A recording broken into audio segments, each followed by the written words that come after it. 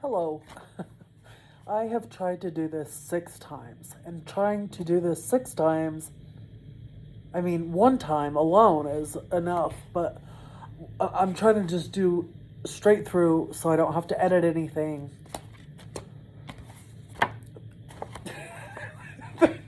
That is distracting. So I don't have a tripod, I don't have anything. I've just got to set the camera up funny, and I have to do it on my phone because it's on my other camera, and blah, blah, blah, blah, blah. I tried. And I'm just doing this because, people are messaging me and they're eager to hear what I have to say, so... And I've got all the time in the world in here. I just get interrupted sometimes. So, before I start anything, I just want to give my condolences to anybody who's lost anybody because of this horrific pandemic. Wash your hands. Wash your hands. No matter what, wash your hands. There are days sometimes where I can't get out of this bed and I'm not having interaction with anybody. And I still find a way to wash my goddamn hands. Like, wash your hands.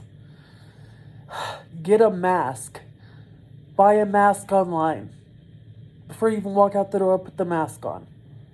Just try to protect yourself the best way you can. The more we can not spread anything, the better. And if you don't have to leave the house, do not leave the house. Do not. Unless you need food or things to keep you alive, stay home. Anyways, you've heard this from everybody. I'm just so sorry this is happening. It's very sad. It's very sad. Anyways, on a less sad note, the Q&A that I promised, I figured I would start to record. And it's good lighting. So here we go. I'm a little bit blue. I didn't have my oxygen on for a minute. But we're good to go. We're good to go. A little bit blue, but no secret blue popsicles or, anything fun like that. Anyways, because usually I use my phone as my notepad, I would usually use that and then use my camera as the camera, but I don't have my camera and I can't use my phone as the notepad. So I have an actual notepad. I'm a big note taker anyway, and I journal a lot. So that's a fun fact about me. So there you go. Start off with that. The biggest question is, why am I in the hospital? I'm in the hospital for a multitude of reasons, and I'm going to make an entire video based on why I was in the hospital for 7 months. And I'm going to go right through it. I started at the hospital because of a toothache. It was up here. My entire face was like fat. I'll show you pictures. And then right now I'm in the hospital because I came in here I got really, really sick, and then I was in the ambulance, and the stretcher came unlocked from the bottom of the ambulance, and it swung around and slammed my foot into the side thing there, and it was pretty bad, and so that's healing, and it's just, one thing after the other, and I hate that I'm in here, and here we are. I'm taking up a bed, and I was sick to come in here, and I now have this foot problem, but we're by the 7th or sooner. So it's not going to be months again. I'm not staying in here that long again. So look out for that hospital video. I will clearly mark it, if you care. Have I been obese my entire life? Yes. From as far back as I can remember, I was always big. I was drugged to diet doctors and metabolism doctors and endocrinologists and all these kinds of people since I was 7. So my entire life, people around me have just been like, you're overweight and it's not okay. Pretty much, they might as well have just said that. I know they were looking out for me. I know their intentions were probably good, but fucked with me. I was just a fat kid. I didn't need all that. And none of it worked. None of it. None of it. I was even put on like water pills, metabolism pills. I was 8, 9. I was a little kid. Basketball coaches and teachers would warn my parents, oh, she's going to get sick. She's going to have heart problems. She's going to have arthritis. She's going to do this. She's going to do that. It was always this. And they would always talk in front of me and I'd always hear it. And while I was watching them talk, I would see my like peers like doing child things. And it was just always so odd. It was very odd to be me. So yes, I've always been fat. Always. I was 6'2" in the 7th grade. And so I've always been tall. I've always been taller than the boys. I've always been crazy strong. We would do this thing when I was in high school where we would all have this like competition of who could bench press the most, and I'd always win. Always. One time we did a power lift, bar on the floor, straight up power lift, and I think I was beat out one time by a kid named Cody. But I won all the other times. I've won. I've just always been so strong. Yeah. So, yep, always fat. Always been used to it. I'm in my little list, and it's a little pain in the ass to turn the pages. Why don't I do porn? Well, sir, why don't you do porn? No, I'm just kidding. Just kidding. To be honest, I've dabbled in it. I don't think you would even recognize me. I don't think you would. But I fell out of it because I was scared of oh my God, what if my mom finds out? Or, oh my God, blah, blah, blah. Just the whole, oh my God, But I fell off of it and never went back to it. Is it in my future? Probably not. I'm getting too old. I'm 36. I'll be 37 in July. Kind of old. I might do like squashing stuff, but nothing where it's like, porn, sex porn. Why don't I go to bashes? Why don't I go to bashes? Like I'm assuming you mean the meetups, like the Vegas meetups and stuff. It's simply because, first of all, I'm too big to travel. I don't fit in cars. I don't sit upright because I just smash my feet. I smash my legs. The belly part of me just smashes my legs. And I'm I'm sure people know this about me, but I'm extremely agoraphobic. I'm diagnosed agoraphobic. So I can take on 1, 2 people at a time, sometimes 3. But if it's more than that, I start to shake and I start to breathe funny and I'll just pass out. I can't handle more than like just a little bit of other people around me. I have been inside my house for 12 years. This fucking quarantine sheds nothing on me. This is how I live. I've learned how to live completely inside. I know how to get the things that I need by not leaving, by not having to leave the house. Sure, you may have to wait for it a little bit, but we're good. A lot of people are like, oh my God, how could you do it? And there were things that led up to it. I've mentioned it before, but I just back 12 years ago, I didn't want to be looked at like a circus elephant. I'm talking like people gawking and laughing and taking pictures and stuff. And back then I couldn't take it. Now I would just be like a smart ass or tell them to go eat their mom's cunt or something. But like back then I couldn't do it. I'm sorry I get vulgar like that. It's how Samantha goes. I'm jumping around everywhere. I'm sorry, I just kind of wrote this all down. Do I have trouble with doorways? I do. I have trouble with doorways and furniture. I have trouble with everything. If you have to fit through something, I'm going to have trouble with it. Unless it's about 4.5 feet wide. So yeah, usually I'll go through sideways. Now that I have a walker, it's a lot harder to get through something. I didn't prepare for that when I went home.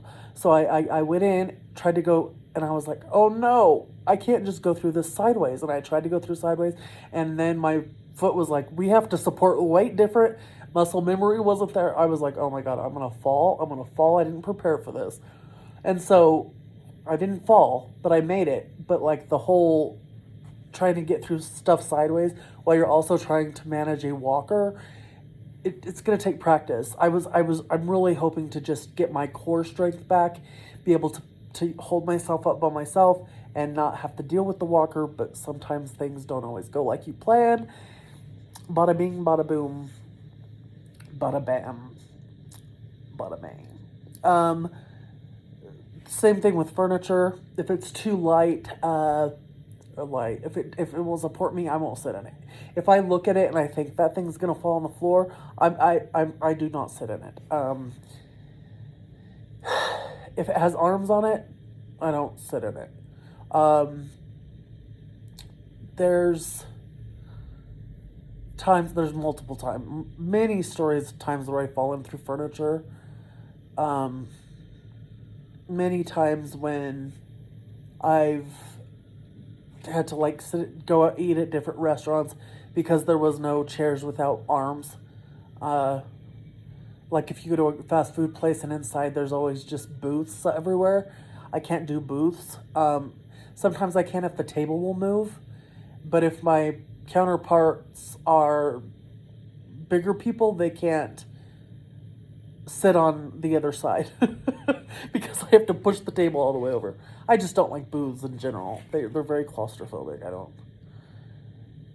To just think about going out at all to a restaurant at any size right now is just, I can't deal with that. I can't. I'm not even thinking about it. It freaks me out.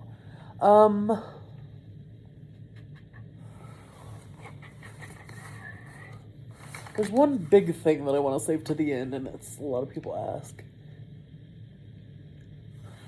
Why did I get into this? Well, I didn't jump into this on purpose. The whole gaining fetish model situation, I didn't do that on purpose. So 3 years ago, something like that, I moved cities and I moved into a new apartment and I found myself alone. And so I was lonely, right? So I decided right around that time that I was going to live unapologetically. I was going to stop trying to do things that I didn't want to do. I was an adult woman and I was going to do things the exact way that I wanted to do it. If I wanted to eat an entire carrot cake in my bed before I went to sleep at night, I was going to fucking do it. I wasn't going to think about calories. I wasn't going to think about anything. All I had to do was pay rent, pay taxes, and abide by the law, and that's all I was going to do. And society's rules, like, fuck you. So I still think that. Fuck society's rules. Anybody's rules at all. Be yourself. Which is cliche as shit. But that's what I did. And I said, Samantha, we're going to be ourselves. We're going to do exactly what we want to do. And I was so happy. it turned my entire perspective of my life completely around. I was the happiest I think I've ever been as an adult. And I I just was on top of the world. And I had been approached by someone, you guys know who that someone is, uh, about modeling over time. And I kept saying, no, no, no. I wasn't alone. Things didn't fall into place. It wasn't the right time. Plus, I really didn't think, I was like, who would want to, like, look at me? You know what I mean? Like, I had no self confidence. When I decided that I'm going to love myself and do what I want, because I may be the biggest woman ever, but I'm pretty, and I deserve worth, and I matter. I don't care if I matter to nobody. I matter to me, and I matter to people who love me. I matter. And so at that moment, like everything snapped into place. It was amazing. And it gave me self-confidence, and I was like, okay, I'm going to take this guy up on this. And that's how I fell into modeling. The gaining, all of that kind of just followed it. It was like part of the surroundings, It was the way it was. I myself don't gain on purpose. A lot of some people like for instance, like tube feeding. I myself hate that. I never would do that. I like to taste things. It's not hard for me to gain weight. I could smell a saltine cracker and gain 5 pounds. It's not hard at all. I've done a timeline before about how I've gained. I don't know where I put that. Tumblr? But somewhere I did like all the years. And I did like 2018 versus 2019. And it was just my like butt area. And I would try to do the same, like find pictures where I was doing the same angles. So you could see. And it was like kind of subtle. But mostly you could see it in my belly. This last year has flipped on me. The doing what I want, the living how I want has flipped on me. And it's because of fluid retention. Fluid retention is the biggest thing that has gotten in my way of living. Truly. It's the doctors guesstimate that 75 to 100 pounds alone on my body is fluid, water, like fluid retention. And it's crippling. It's crippling. It messes with my skin. It messes with my heart. It messes with my ability to breathe. I have this oxygen tubing on. I never needed oxygen. Ever. I was like I said, I was one of those healthy fat people who didn't need oxygen, had no high cholesterol, didn't have diabetes, nothing was wrong with me. This fluid retention shit started happening. I needed oxygen. Like, I'm still blue, I'm still coming back. And I'm at 4 liters right here. So like the walker, I need the walker because of fluid retention, because of my the way I've always been able to chapstick situation, sorry. The way I've always been able to keep myself mobile as I've grown is because I've gone gradually enough with it that my muscles and my legs and my body could adapt to how I was growing. But with fluid retention, it happens like almost overnight. Not even lying. You're one time, at one point you're just, one way, and then the next morning you wake up and you feel literally like somebody is hanging concrete slabs off of you. And you have fucking no clue. You think you're sick. You think like that, like everything. I can't talk about it too much because I will start crying because it's that crippling. It's horrible. My skin in my belly, skin will only stretch so far.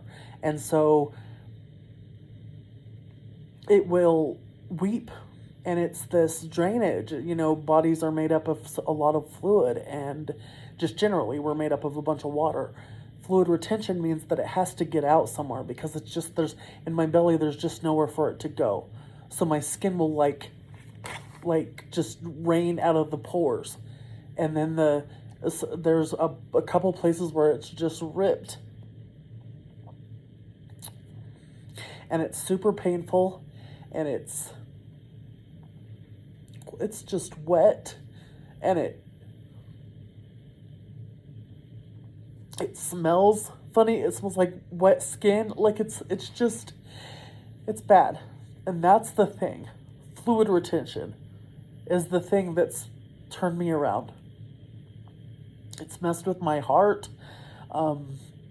Another question that somebody asked, and I'm going to put this question in the middle of this horrific thing I'm saying, is why do I gain weight?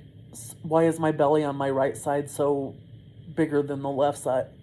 So much bigger than the left side. And it's the entire right side of my body is bigger. So behind my knee, the fat behind my knee, that's bigger. It's like lymphedema there. And then the belly itself hangs lower and it's fatter there. My actual boob, my right boob is bigger than my left boob. So everything on my right side is bigger. But the belly is the thing that's the biggest, and the lymphedema behind my knee. And it's because, like, the right side of my heart or the left side of my heart, some side of my heart isn't, like, working right. It's not getting enough something or other, and it's not doing that. And so it's based on the side of my heart that's not working. And then that's why that side is gaining fluid.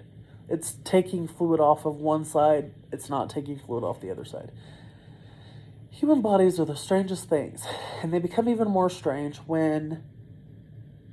Actually, they're not strange. They're amazing. And they become even more amazing / strange / fucking just survival mode when you put a bunch of weight on it. And it doesn't know what to do. And it just puts weight wherever it can, because you're feeding it, right? And it's doing whatever it's doing. And I was always able to manage it. I was always able to manage the everything. But that fluid retention started happening, and oh, it's just a nightmare. At the end of this, I'll go into a little bit more about how much more it affects. So I'm not going to go on about that anymore, because I'm going to cry, and I'm not going to cry right now. I'm gonna stay chill.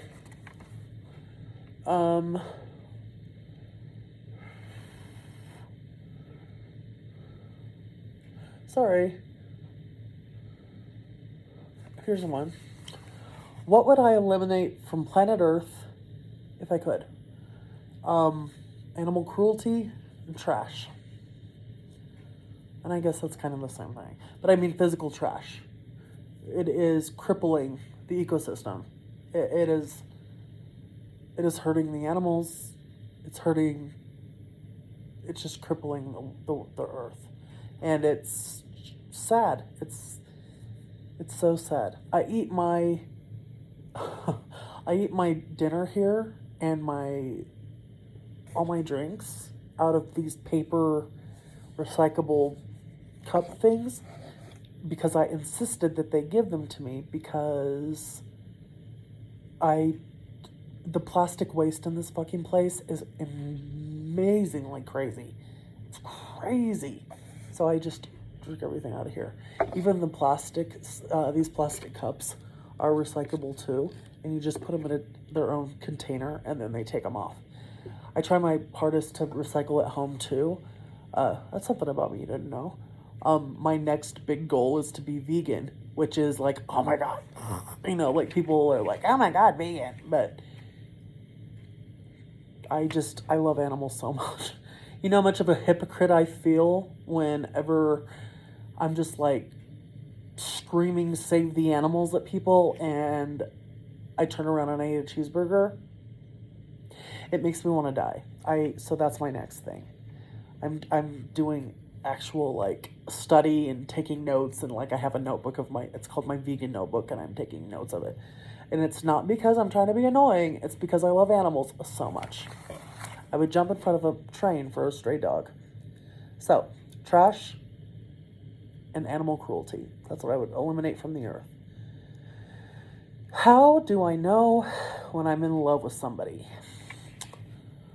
Well, me and love, we don't get along. You know, it's fun to be in love. It's actually really fun. And that's the problem. It's all the unhealthy stuff, that's the funnest stuff to do, right? It's fun to be in love. It's fun to fall hard and fast and feel like a teenager. But it hurts twice as hard. And I don't like that. So, I will take my chances at love. I'm not completely closed up and closed off from the idea of it, but I avoid it like the plague sometimes. And avoiding like the plague should not be said anymore, given the state of the human population. But, you know do what you do. I don't know how to get that out of my head. I say avoid like the plague 300,000 times a day. I don't know why, I just do it.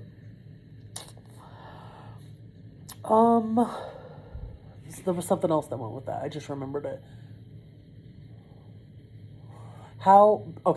Because I'm inside, somebody asked what does a typical date look like?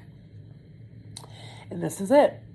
So, because I don't go out to anywhere, I don't leave my house. I don't leave my apartment. The person that I would date, or I'm going to regret saying this too, but it's a Q&A. I'm going to say it. The person that I go on dates with or have dates with or whatever knows me well enough that they know that I'm agoraphobic and I don't leave. That's number one. Second one is I trust them. So it takes a minute. It takes me a minute to talk to them and trust them. It's then, they come over and we do things that you do at home. It's mostly horror movies. If I can get them to do horror movies, my experience is that most people don't like to watch horror movies. So, usually I land on something else, one time it was Kitchen Nightmares, with Gordon Ramsay. One time we just watched, just like random music videos from the 1990s. So just, stuff you do at home. You order food in, you just hang out, alcohol. You could order alcohol in too, I would give you those apps, but I now can't think of them off the top of my head. But I use 2 of them. And you just have to have your ID and they bring you alcohol. When I'm telling you I can do anything from my house, I mean it. So that's what dating looks like to me. And then the good night, and there you go. It just all takes place in my apartment. Yeah. So you get real close and personal to me real quick because I take up the entire apartment. But I'm just kidding. A lot of fat jokes come with when you're talking to me. So, okay, next question. My hair and nails. Who does my hair and my nails? Well, usually it's my daughter that does my hair. She'll sometimes do my nails. She does my feet all the time. My flavor of the month will do my feet too sometimes. The boyfriend at the time sometimes will do it, is what I meant. My daughter will do it. My hair, my daughter will do. Usually, if it's just black, then I'll do it.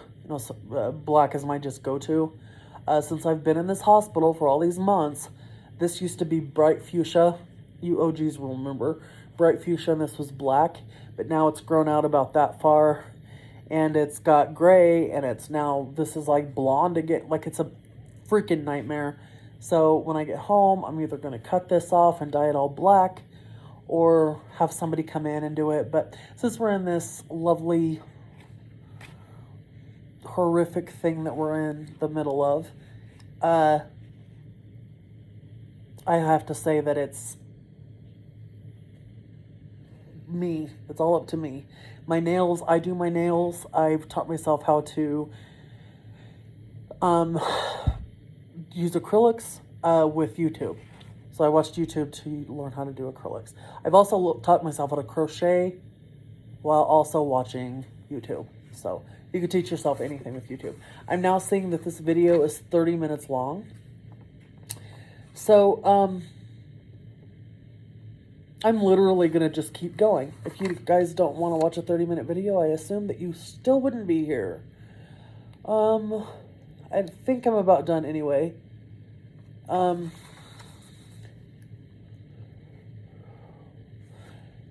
Did I ever think that I could be the heaviest woman alive? No. If you were to tell me ever that I was going to be 900 pounds in my life, I would have laughed at you. What the fuck are you talking about is what I would have said. Is this a joke to you? I don't, what? So, no, I would have never thought that. That was never my goal. I won't be. I've lost 85 pounds since the 11th of February. So, we've backed out of that. And I know some of you people wanted to see me be 1,000 pounds, and it came with the territory, and I know that I just disappointed everybody, but that's just how things are. Human bodies die when they're big and fat like this. You know, so. How do I remain so big yet so confident? And advice to other people to be body positive. You have to forget what people are telling you. You have to forget what you see in magazines. You have to forget what you see in movies. When you're out buying clothes, you buy for your body size at what makes you feel and look like you want to feel and look. What you want to feel and look like.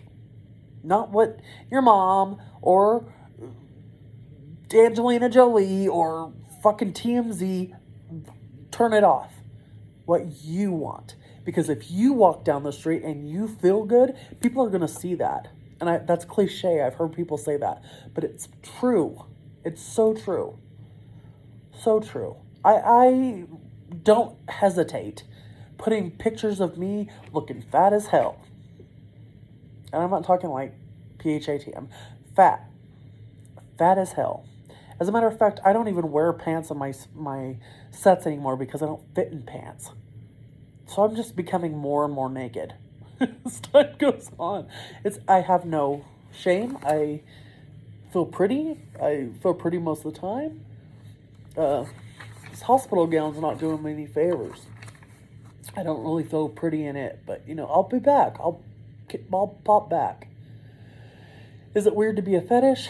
No, I've always been different. A fetish is just being different. Just kind of came with the territory. It doesn't really throw me off at all.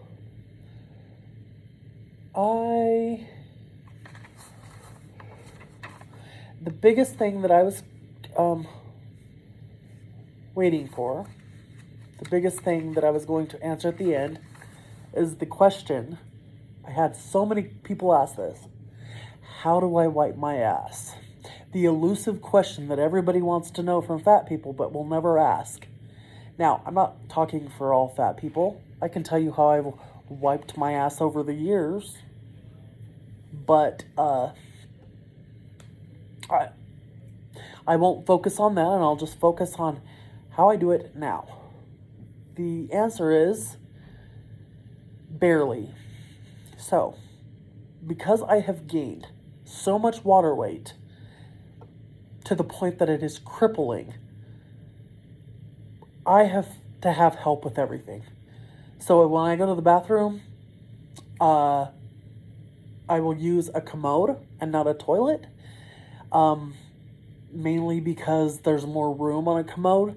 And when I am done, I stand up and I bend over, kind of like you would see a mother wipe a little kid. Am I proud of that? Absolutely not. Is it going to get better? Absolutely. It's going to get better. At home, I have always made like a stick. And most of the time, but this was before I like even tried to dabble with like aids that they sell on like Amazon or something, like toilet aids. I made my own. Like I said, I always have known how to adapt to live like this, and I've adapted how to live inside. I'm pretty good at adapting. So what I did is I would get they're like $2.50, and they're like hard plastic, and they're like bath brushes. They're probably like a back bath brush that you just buy at Walmart, Target, something like that. It's about like that big, and it's just, got a long handle on it with the scrubber. And so I take scissors and so pretend this is it, and I just do this, and I put notches in it with the scissors, and I make it rough. And so then I will, after it's got notches in it, because if you don't do it with notches, it will just pull it off the stick, because there's no grip there, right? So it's just a smooth stick. It'll just pull it right off. So if you make those notches, it makes it rough, so it'll grip onto it. I hope I'm making any kind of sense. Then I will it's always baby wipes, it's always wet wipes, and you never put your wet wipes in the toilet, ever. Even if this is flushable, don't do it. So I get my wet wipe, and I fold it in half, just like that, and I put this is the wipe. I don't have any other thing to represent a wipe. And I see how it's folded in half? I put it right in the middle, and I fold it here, and then I fold it around.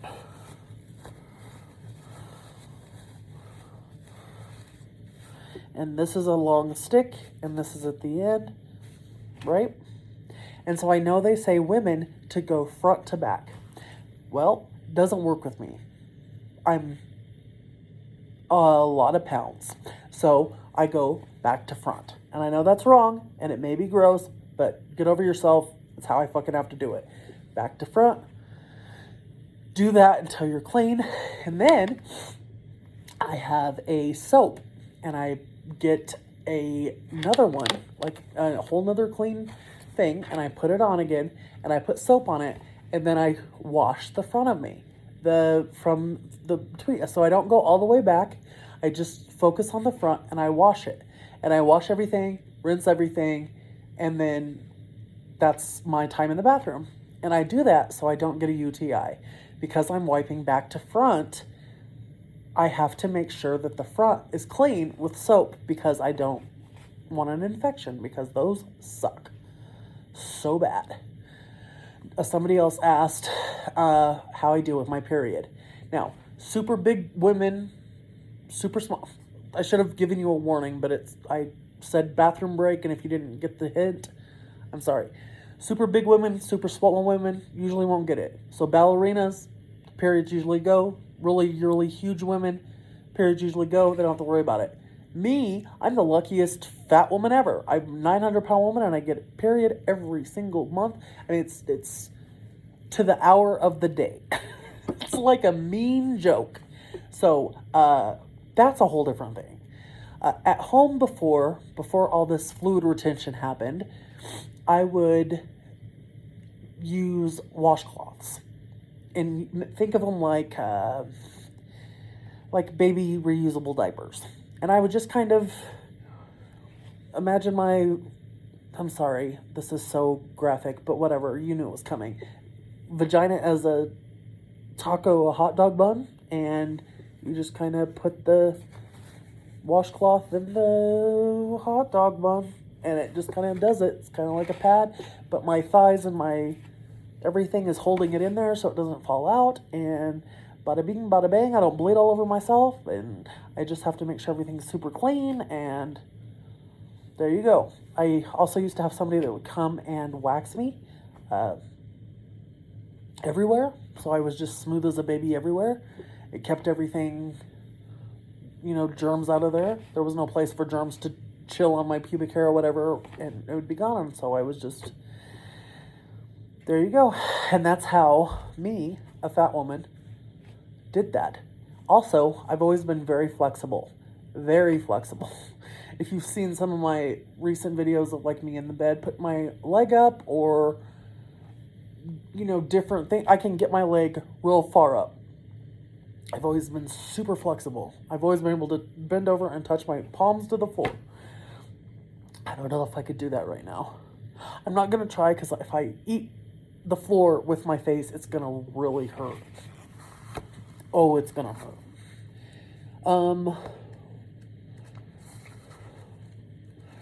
The other thing, I went way too far into detail on that. There was another one. Oh, another how I clean under the belly. Well, in all those folds and all the deep, dark crevices, if I don't keep that clean, it's going to create yeast, and that smells like a yeast infection. So when vaginas have yeast infections, you guys asked for these questions. I'm so sorry. I would have never said this unless I was asked it. When vaginas have yeast infections, it's like kind of fishy because it's a vagina smell. But take that fishy smell out of there, take the vagina out of there, and that's what that yeast infection smells like when it's in like skin. And it's not fun. It hurts. It hurts bad. And it's like awful. It's just feels sweaty all the time. It's just awful. So I have to keep it clean in there. Most people would say keep it dry, keep it dry, keep it dry. But that's not what I like to do. So I'll wash under there. Remember that stick that I was talking about? I'll put a washcloth on there and I'll lather up the washcloth real good and soapy, and I'll put it on just like so, up in the middle, fold it over, wrap it around, and I will get under the belly and all around everywhere and just make sure everything's real soapy, and then I will get it all rinsed out, mostly with like getting a wash rag, getting it wet, putting it under there, and then wringing it out underneath, kind of like you would wash a baby. This is before the fluid retention. And then after that's mostly gone, sometimes I couldn't reach all the soap, but then I would just, wipe the soap away with a towel as long as I got most of the soap. And then after everything was as dry as I could get it, I would put lotion on. And my go-to lotion was always Jergens Cherry Almond hand lotion. Nothing else, because it makes everything stick. My lighting is changing. I won't shut the fuck up. We're now at 42 minutes. And if you're here after 42 minutes, then trooper. And here we are in this weird thing people asked. So then I just put lotion on under there. And lotion guarantees that, pretend that this is my leg, like thigh, bottom of my leg, whatever, and then this is the belly. And the belly sticks to my thigh, and everything I do, it'll stick. Unless I have lotion. If you put lotion on, then it makes it just glide against each other. And I have to do that like every time I would, take a shower. That's how I showered. That was the biggest shower. All other rolls or whatever, I could reach myself. The sides I could reach, my legs I could reach, everything I can reach. So just the bottom, the undercarriage and the under the belly, that's the biggest. Was always the hardest, biggest thing to clean. But I always smell great. Now, I'm trying to get myself together. Don't quote me there now, but like when I was at home 8 months ago, it smelled fine. It smelled great all the time. And I have tons of body sprays, tons of lotions to put on. Like I have cherry almond for where that goes, but like all over the rest of my body, just tons of other lotions. Bath and Body Works, I bought the store. Like it's just everything. My entire house is clean too. Like I I have a housekeeper or whatever. That's a whole different video. And yeah, that's how I clean myself. It's also probably easier for me to move around because I'm 6'2". Another thing is like people were like, well, I'm this height, but I weigh like only 300 pounds. How are you 900 pounds and still walking? It's because I'm 6'2". And I've always been freakishly strong. Hence me beating all the dudes at the gym thing. And I think on that note, on that creepy, weird note, on my physical,